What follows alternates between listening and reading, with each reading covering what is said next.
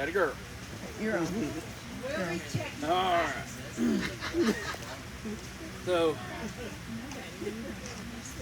we are going to start in the book of James tonight, and I made a little joke with a few of them earlier about James will whoop you good. I've been limping all day after studying so hard in this. He really gets after us, and I hope I don't aggravate you too much, but I've ended up with over half a page of intro here just about James and about the setting and about what he was going through, what these people were going through that he was writing to. So I just kept finding stuff, and I kept getting further and further in it and writing more and more down. So I'm gonna get the intro. We'll go study next week. Yeah, we may get a few scriptures tonight, but we're not going to get as far. But I felt the further I went, the more important I felt like this was, because there's a lot in here that I found today that I didn't know. Not that I'm all knowing or anything, but there's a lot of stuff I didn't even realize. And there's stuff that I did know, but I don't think most everybody else has ever thought of or studied into. So I hope it means something to you. But one thing we were already discussing is how James introduced himself here in this letter that he's writing to the Jews that are scattered abroad, or Jew Christians who are scattered around. But James is the brother of Jesus Christ. Everybody knew that, right? He's also, and I know we knew this too, but think about it, James is also the overseer or pastor of the church at Jerusalem. Now, this is not just a mega church. This is a global phenomenon that he's the pastor of. Like, remember the day of Pentecost that Peter preached? There's 3,000 saved that day when the church started. And you go into the book of Acts reading, and it says that there were thousands added daily. I mean, this thing was rolling, and here we are 30 years into it now by the time he writes his letter. And he's, like I said, the brother of Jesus. He's the pastor of the biggest global phenomenon anybody ever seen, a mega church, and he introduces himself as a slave to God. Don't say a word about any of that. Very, very, very humble. It's believed that he wrote his letter sometime just before his death, which was in AD 62. So we're almost 30 years past Jesus' crucifixion and resurrection. It's not clear exactly when he wrote the letter, but Josephus, the Jewish historian, and some later Jewish Christian writers reported the love and admiration the people of Jerusalem had for James, especially the poor people. Said he was admired for his piety and for speaking out against abuses by the aristocracy. So the aristocratic priesthood hated him. So he basically, piety means he's devoted to the Lord, and people noticed that. And he spoke against sin. It didn't matter to him if it was the ones that had the money and the power and on the priesthood and the temple and all that. James stood against them. He stood up for the people. He helped the poor from his position as pastor of the church. In AD 62, when the Roman procurator Festus died, which procurator is just he's an extension of the emperor. He's the man that's kind of over the province of Palestine. When Festus died, the high priest at the time, Ananus II, executed James and some others while there was no administrator there, keeping him in check. He kills James. And the public outcry, this was the thing I didn't know. This was, I thought, very neat. The public outcry in Jerusalem was so great that when the new procurator, Albinus, arrived, it was such a scene and such a mess with people just very upset and unhappy and letting everybody know it, that he removed Ananus' power from him, removed him from the priesthood, deposed him. Like, he did such a thing, and the city was in such an uproar. The first thing this dude had to do was do something to calm these people down because they were so upset. about James. I never knew that. I thought that was really pretty cool. Something else I found today I had never heard. There's a lot of theologians, historians, all these people that they refer to the book of James as the Proverbs of the New Testament.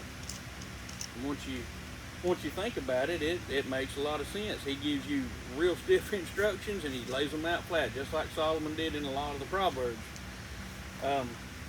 So the context of what's going on here that James is writing to these people, the situation he's facing is that the rich were abusing the poor, greatly abusing the poor.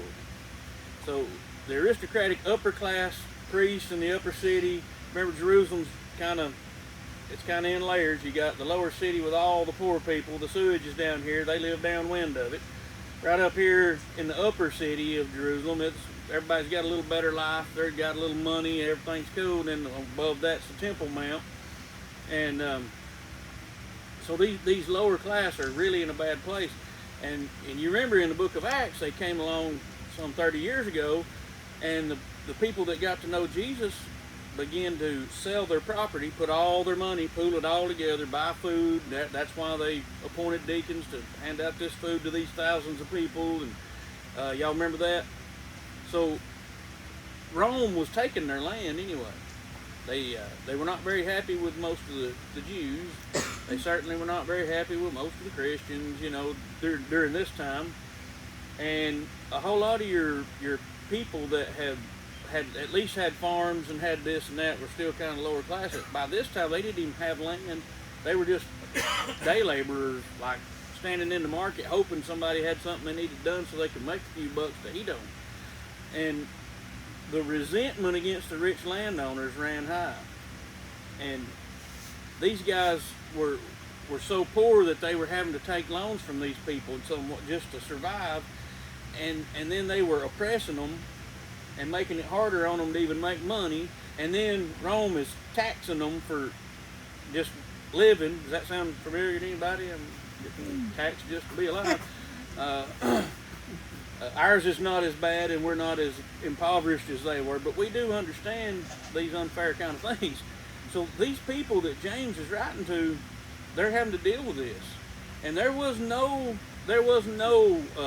non-payment on this stuff, on goods or loans forward or anything. It was so bad that these rich landowners had, several of them, not all of them, but several of them had hit squad of hired assassins to take care of people that didn't pay back everything they were owed to them. So these folks are in dire straits. They're not living real well. They're being oppressed on every side. They're hungry. Like I said, they're living close downwind to the sewage from the aristocrats up there that's putting them down. And they resented them. They really did not like these people. So when James is writing this letter, he's writing this letter to the Jewish Christians, and he's addressing the pride of the rich, the persecution of the rich, and the temptation to retaliate with violence. Now, that's saying a mouthful. Can you imagine somebody telling you just smile and count it all joy when somebody's causing you to go hungry and really oppressing you and putting you down and causing you trouble, and he's saying it's okay. Just take that with a smile and be glad, be joyful that you're getting to suffer for the cause of Christ. That's a hard pill to swallow. So that's what's going on here as we start this letter. That's what's going on through this whole letter. So with James being the brother of Jesus, a lot of people think that that's a pretty sweet gig, and Brandon and I were joking about it of how I don't think I'd really want it to be that, because imagine you break something in the house and you try to blame Jesus for it. I didn't do it. Yeah, you did it. Like, come on, you think Jesus broke it? Like, really? That's what you're going with, James? Come on. Who's lying here? Yeah, or like James does something really awesome, and then here's Jesus turning water into wine. You're like, thanks. That's great. Real happy I could contribute to the family. Yeah. But just to make y'all have a good laugh, but James' humility in that first verse that we have on the screen of James, the servant of God and of the Lord Jesus Christ, and it's to the 12 tribes in dispersion, greetings. How many of y'all here that have a brother would call him Lord? Not me. I got my brother Nick, and I'm not calling him Lord, you know, but the humility of that. And I might say, "Oh Lord," when he walks. It's completely different, but the humility of James, because we know that at the time of the Gospels that he wasn't a believer, he wasn't a follower of Christ, so he was converted, and then goes on to do all of this amazing stuff in the name of Christ. So that's just something I really, really enjoyed about the first verse. And then these were written to the 12 tribes in dispersion, but there's a lot of, I call James the Christian life manual. Now it's a hard manual. It's one sometimes beats you to death, but it is a good manual to follow. There's a lot of good things in here. So. And the word James used here, a lot of people call it servant, and it does in a sense mean, it does in a sense mean servant, but the word he used from the Greek actually translates more closely to a flat out slave. So that's the humility of James. He's saying he's not even saying I'm a hired servant. He's saying I'm a slave. I'm down here. I'm on the bottom for God. So we're going to get to some of the scripture here, and I think we're going to talk a lot about 2 through 4, because there's a lot of application here. And so as he gave you the background of what was going on in this area, keep that in mind, but also think about how this applies to your life today. So James 1, 2 through 4 is, "Count it all joy, my brothers, when you meet trials of various kinds. For you know that the testing of your faith produces steadfastness." In other translations, that says patience.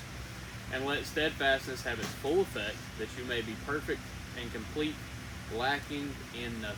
So how are we supposed to respond to trials of various kinds? With great joy. With great joy. I'm not good at that. Are y'all good at that? Not good at responding with great joy?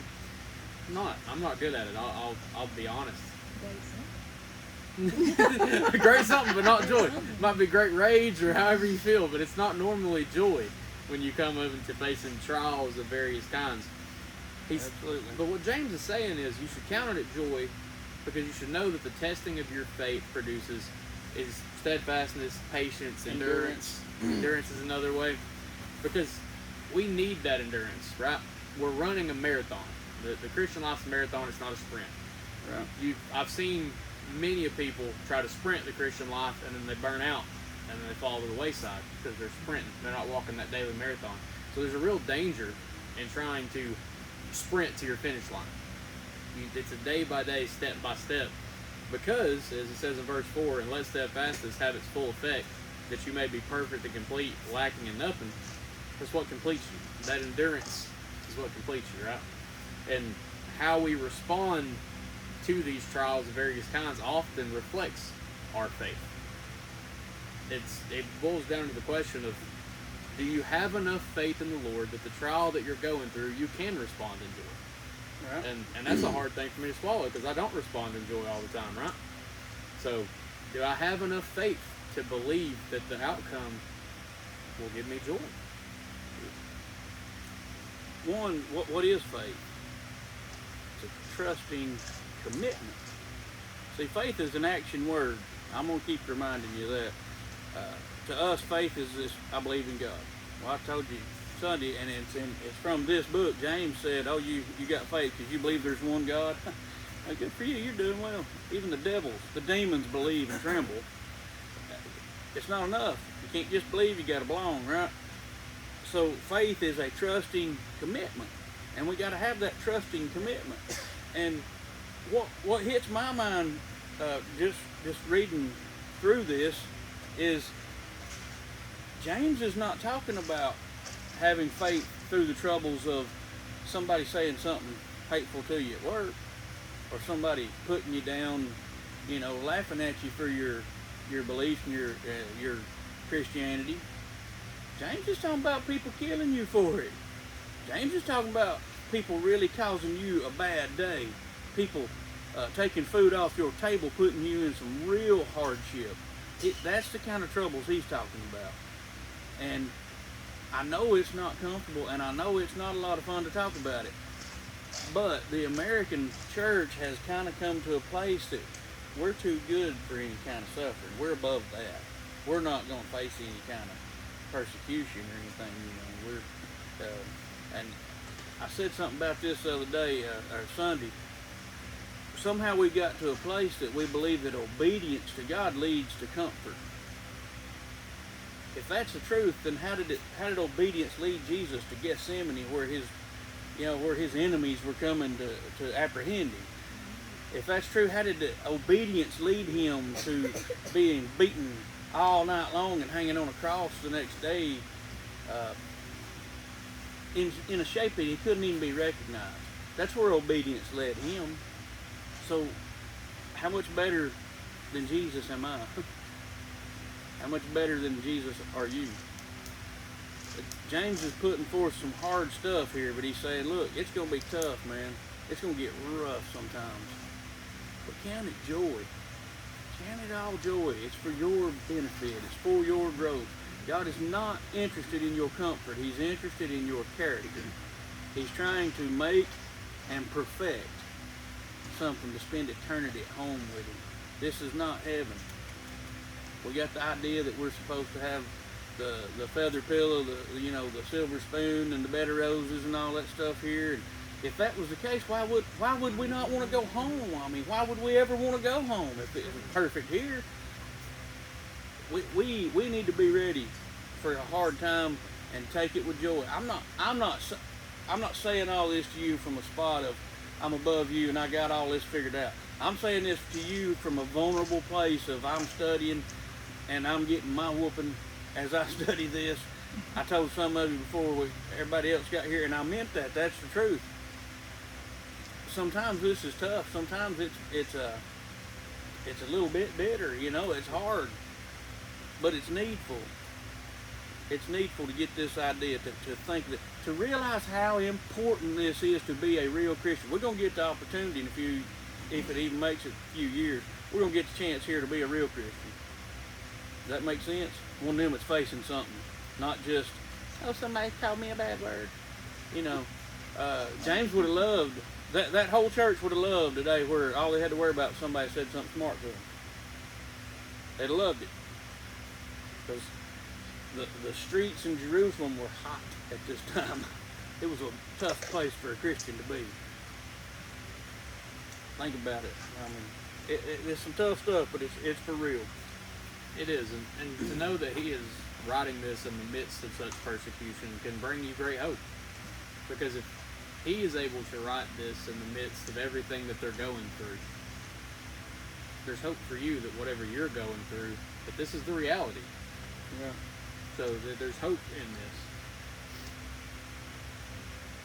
In verse 5 and 6, if any of you lack wisdom, let him ask God, who gives generously to all without reproach, and it will be given him. But let him ask in faith, with no doubting, for the one who doubts is like a wave of the sea that is driven and tossed by the wind. So I really want to highlight that verse 5 for a second.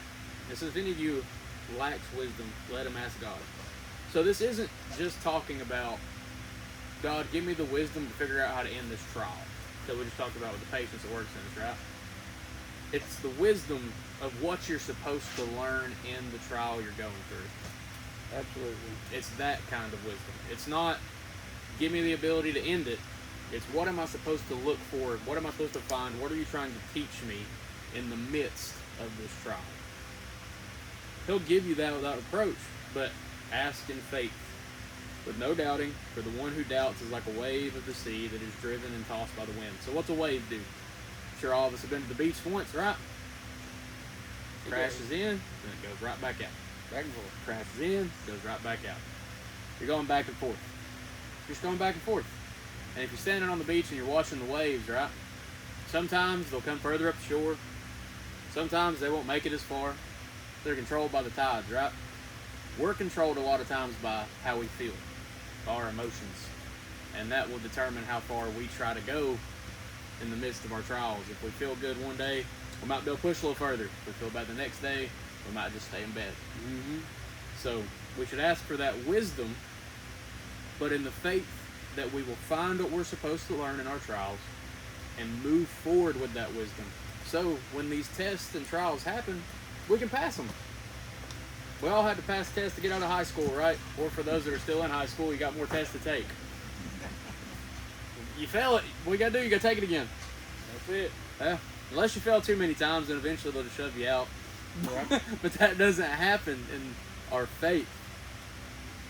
I've asked a lot of times the Lord where I'll pray to him like, Lord, I finally feel like I'm ready for this. And then he'll test that same test that I've had, and I fail it 625 times. Brandon one time just grabbed me by the shoulders. I think it was like a month ago. I said, just pass the test, Tristan. And I was like, you're right. And I actually ended up doing that later that week. And I haven't had to deal with it in the same way since. So there's a lot of truth in trying to figure out what that wisdom is that we're seeking in these trials that we have.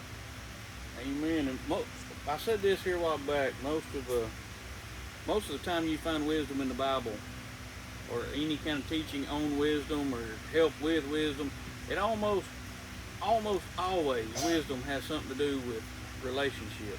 How you can handle relationships with the people around you. And think about what he's saying right here. Then, if you're lacking wisdom, if you don't know how to deal with people, that's what where wisdom usually goes, is building and having better relationships. If you don't know how to do that, ask God, but ask Him in faith, not wavering. What he's saying is God will help you with all of them, every relationship. Now listen to what I'm saying. There's people that are the heavenly sandpaper, and it's hard. It's hard to deal with them. But He'll even give you that if you'll ask in faith. Ask in that trust and commitment, not wavering. Meaning, don't give loyalty to the world. Now, I'm not saying don't ever make a mistake. You got to be perfect. That's not what I'm saying. I'm saying don't give loyalty to the world. Don't turn back to it. Turn to Him, and He'll give you that. We all can use more wisdom in dealing with relationships. It's a tough thing that we go through. Definitely. And in verse 7, for that person must not suppose that he will receive anything from the Lord. He is a double-minded man, unstable in all of his ways. So, have you guys ever heard the story of Dr. Jekyll and Mr. Hyde? Right. I mean, that's a pretty popular story about how one's this good doctor who takes care of people, but he's actually secretly a monster and all that stuff, right? Well, if you're double-minded and you're unstable in all your ways, you appear that way to people. Like one day you're this walking calm picture, and the next day you're a rage monster throwing fits. Now, we all have off days. We're all going to mess up. I'm not saying we're not going to mess up, but we should strive for the consistency of taking our thoughts captive. Yep. Renewing our mind so that we're not double-minded. Taking stuff through the lens of Scripture and through the lens of Jesus, and not through what we think. A lot of times we trick our own selves with thoughts and ideas, and we misunderstand somebody, and we run with that. We just get the ball and run. And then we look back, we're 40 yards, and we realize our team's left us, and now we're about to get hit by a linebacker. Like, it's just not a good look. So, with this, don't expect, if you're asking without faith, to receive any of that wisdom from the Lord. It says in verse 7, for that person is not supposed to receive anything from the Lord, because he's unstable. He's like that wave that's crashing. He's unstable. So you expect to receive something, you got to be in that mindset to receive it. Amen. As he talked about hearing the whisper. We're not hearing the whisper, as he said on Sunday. A lot of times he's got to yell at you because we're too far away to hear the Lord whisper at us. Amen. And so if you got to be of that like-mindedness. You want to hear him. You want to hear him, seek him. The word will speak to you so much if you just seek him. Yeah, we all make mistakes. Yeah. That's not what he's saying. What he's saying though is don't divide that loyalty. Mm-hmm. If you're going to divide loyalty between the world and God, you shouldn't expect anything when you pray. Remember, some of you were here the other day, and I told you there's people praying at the wrong altar and wondering why nothing's happening. They've made them up an idol god in their head. They think they're serving God. They think they're worshiping Jesus, but they're worshiping a picture they made up of him in their mind. And they're praying at the wrong altar, wondering, well, why is nothing changing? Why isn't anything happening? Well, and I told y'all, I think 2 weeks ago, or a week and a half ago, whatever it was, I heard that saying that prayer is not a lever for outcomes. It's not something you pull to get the outcome you want. It's alignment for obedience. So remember that. There's two problems here. We're always praying for something because we want the circumstance to change. We don't like the spot we're in, right? We want God to change it. Instead of saying, like he said a minute ago, what can I learn in this, Lord? How you want to change me and teach me? How can I grow? We want to change it. Well, the other issue is dividing that loyalty, and that can mean enjoying that spot of anger he was talking about a minute ago. Yeah. Now I know there's 3 or 4 guys in here that know what I'm talking about. Every now and then, you get in a place that you want to be mad and you like being there when you get there. Yeah. That's dividing our loyalty. When we're getting in a place that we're so prideful, we can't say, that's on me. I'm the problem. Let me get by myself and talk to my Father and ask for forgiveness and do better than this. When we can't do that and we just like being right where we're at for a little while, we're dividing that loyalty then. On the other hand, there's other issues of how many of y'all ever heard somebody say, well, that's just how I am? Mm-hmm. How many of you ever said it yourself? That's just how I am. Well, that's just how you are because you ain't trusting the Lord. Because you don't want to grow. Because you don't want to change. You don't want to be faithful. You want to be what you want to be. That's dividing your loyalty. Nothing about you is just how you are. You don't have to stay there. Jesus loves you enough to meet you right where you at, no matter where you are. No matter if it's on the floor in the prison or in the bathroom. He don't care. He loves you enough to meet you where you are. But he loves you too much to leave you there. He wants you to grow out of there. We can't divide our loyalty and grow with him, though. So, verse 9, let the lowly brethren boast in his exaltation, and the rich in his humiliation, because like a flower of the grass he will pass away. For the sun rises with its scorching heat, and withers the grass. Its flowers fall, and its beauty perishes. So also will the rich man fade away in the midst of his pursuits. So he gave you the background of what was going on in the area at this time, which makes these verses fit a little more than what you would expect. But what it's saying here is, let the lowly brothers, or the poor brothers, boast in his exaltation. So when they're lifted up, well, let them boast in the Lord. They're being exalted. And the flip of that, those that are rich, in his humiliation. So that statement is continuous. Let the lowly brother boast in his exaltation, and the rich in his humiliation. So when they're humbled in their humiliation, they should boast about that. It's the two sides of a different coin, but they're both for the reasoning of exalting. Both of them. The rich in the humiliation and the low in the exaltation. And it talks about, because the rich man, his stuff will perish. It's temporary. That's what because like a flower of grass, he will pass away. The rich man's going to pass away. For the sun rises with its scorching heat and withers the grass, its flowers fall, and its beauty perishes. So also will the rich man fade away in the midst of his pursuits. And in his pursuits, maybe to gather more money or more riches, he'll perish. So it's inevitable. We're all going to perish. Amen. So he's not exempt from that. So it's just saying, it's okay to be brought low if you feel like you're rich. And it's also great to be lifted up if you feel like you're poor. So that's what he's getting at here, especially with what he gave you with the background of the economical climate. And, I mean, he's basically saying, trust God. Not your riches, not your achievements, none of that matters. Like he said, I mean, no matter how much money you pile up, one day it's going to burn.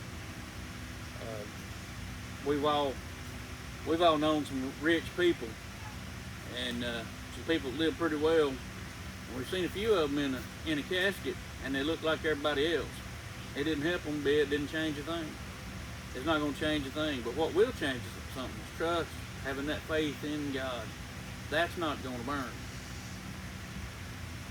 Yeah, and I've said this before. I heard a pastor say it, and I just love the way he worded this. Was, look, don't put your pride in your material possessions, because man, your golf clubs, when you pass away, they're going to sell it to somebody else for half the price, and they're going to swing it way better than you.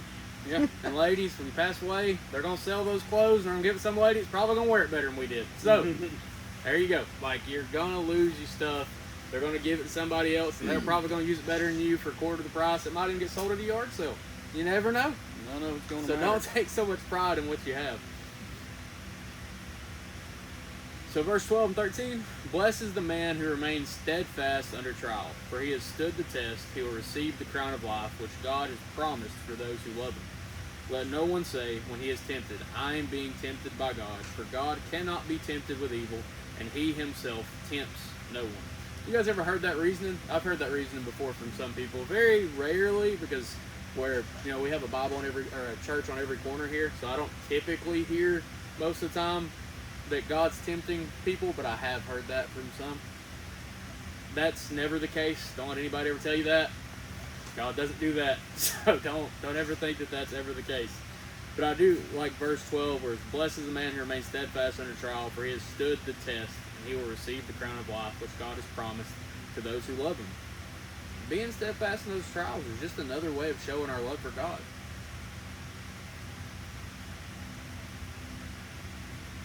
Verse 12 is tough. It sounds good, but when you read into the meat of that verse, that's tough. Like this verse is really what caused me to walk out with a limp today, after going over it 4 or 5 times. Basically, putting it in just as straightforward terms is what James does, but going back and searching the words he used and how he actually said it, in a nutshell, James said, if you can't patiently endure testing and temptation, don't look for a blessing like a crown of life, because you don't love God. That's painful, but that's what he's saying in 12. God blesses those who patiently endure testing and temptation. I'm going to read it to you from the NLT. God blesses those who patiently endure testing and temptation. Afterward, they will receive the crown of life that God has promised to those who love him. So, if we can't go through any testing and temptation patiently, we must not love him. I mean, he's putting it out there pretty straight and pretty tough. This is I heard a preacher say one time, man, this book makes me feel like a piece of gravel in the parking lot. It kind of does. But James knows how important it is. He knows the trials that are coming. He knows that people are already in tempting places and hard troubles in this time, and he knows it's going to get worse. And he knows that everybody's going to need a whole bunch of faith and a whole bunch of trust and a whole bunch of endurance to keep moving, keep going, keep striving for the Lord. So when we are at the place where they got the gun to your head or the sword to your throat, and they say, all you got to do is say, I don't believe in Jesus, and we'll let you live. What are you going to do? There's people all around the world in that shape right now. See, we have fed into this propaganda that's been fed to us all our lives, that we don't have to worry about that. We don't have to worry about that. Do you realize in the last 100 years, counting right now, there have been more Christians killed than in all the other centuries put together? Do you realize that? That's a statistic I learned this week that I was not aware of. So in the last 100 years, more Christians were killed in that century than all the others. That's a lot. Do you know the number from Nigeria last year? It was No, I don't. It was really, really high. It was super high. I don't remember the final number that was put out. Thousands and thousands of Christians. They were doing mass body graves for their dead. Just throwing them in a hole, covering them up. So, I want you to think about this. I don't know how much further we need to go. You want to go? I want you to think about this 12th verse, though, that patient endurance and trials is what's going to get us those blessings. So, that crown of life, those things. And that's a tough one. That's something we really need to work on. We need to get serious about our walk and about our faith. I'm only got 2 more verses and be done. So these will be the last 2 that we're going to cover, because I want to, verse 13 kind of ends for you to ask the question of, if I'm not being tempted by God, where's my temptation coming from, right? And so 14 and 15, but each person is tempted when he is lured and enticed by his own desires. So a lot of times we like to try to give too much credit to the devil. Don't get me wrong, he's working. I'm not trying to say that he's not trying to tempt people away. He is. But his own desires. A lot of time we're tempted by what we want. We're lured away by what we want, what we want to follow more than God. That's where we're really tempted. Then desire, when it is conceived, gives birth to sin, and sin, when it fully grows, brings forth death. You ever realize that those desires start small? Your problems start small. But then when you start to give a foothold to that desire, more and more and more, then it gives birth to sin, where you mess up. And then sin, when it fully grows, when it's fully grown, because sin will keep growing, sin keeps growing, it brings forth death. It brings forth death. So, it's our desires, right? We have a sin nature. We're born with a sin nature. Ever since Adam and Eve messed up in the garden, we're born. It's the same thing. You don't have to teach a baby to lie. It learns pretty quick when to not tell the truth, right? You have to teach them to tell the truth, how to be on the right path. You don't got to teach kids bad behavior. I didn't have to teach Ian how to fight. Ian got in trouble in daycare. Didn't teach him nothing about fighting yet. And so, yeah, we've been throwing punches in the kitchen. But be careful. Figure out what your desire is and make sure that that desire aligns with this. If it doesn't, you probably need to get rid of it. And I'm speaking to myself too. Like, it's not just you guys. Like I say, take young whooping. That's my whooping I've been taking. Is what's my desires? Does that align with what God really wants for me? How does that apply to the scriptures? Is that true? What is it? And so you dig for that, because the last thing I want is sit there and have that sin just start to grow in my life. Because it will blow up in your face, and then you'll look, and you're in real big trouble. And so, there was 3,490 Christians killed in Nigeria for their faith in 12 months. Report ending September 30th, 2025. Nigeria accounts for 72% of all Christian killings worldwide. Wow. Yeah, Nigeria persecution is really, really high. Really tough. And there's been a lot of attention brought to it, but not nearly enough. There's a lot of attention been brought to it, but not nearly enough. And those guys were literally ripped out of their homes and ripped out of church services, taken and killed, and then their bodies brought back. And like they were having to bury their own dead in these mass graves. And so those guys stayed fast to their faith, though. They stayed fast to their faith. And as terrible as that persecution is, as terrible it is to hear that number, and how heart-wrenching that is, there is one good thing about it. They're all in heaven. Like, now we shouldn't celebrate that there's 3,000 Christians being killed. And they're crown of life. Steadfast. Yeah, I mean, we shouldn't celebrate that our Right. brothers and sisters are being tortured and killed, Exactly. but we should celebrate that those took a shortcut home and they got what they were praying and hoping for. Just to close out these last ones here on temptation, I want you to understand this, that the devil, the enemy, he puts thoughts in your mind. You know, he puts a stumbling block in front of you. But he can't do anything without your desires. Temptation comes from your desires. So it's on you to make up your mind ahead of time, make a plan. This is something that bothers me. I need to have a plan of action so that I can react in the correct way. That way I'm not caught up in it. I'm not, like he said, end up with it starting to grow in my life. And the other thing is, I've heard people say the devil made me do it. The devil did not make you do it. All he did was put a little thought in your mind about something you already liked and desired. And you talked yourself into it. He don't have any weapons. Listen to me. He don't have any weapons that you don't give him. And the last thing I want to say is he didn't make you do it. Some of y'all were here the other Sunday and heard it. Some of you weren't. Jesus, in Matthew 28, Jesus said, all authority has been given to me. So if all authority has been given to Jesus, that means there's no authority left for the devil. There's no authority left for you. He's got all of it. So the only thing we can do is trust him completely. And think about that this week. The devil has no weapons against you unless you hand them to him. It takes your desires to get you in trouble. All right, I guess we'll start next week with 16. Go team, go. Pray.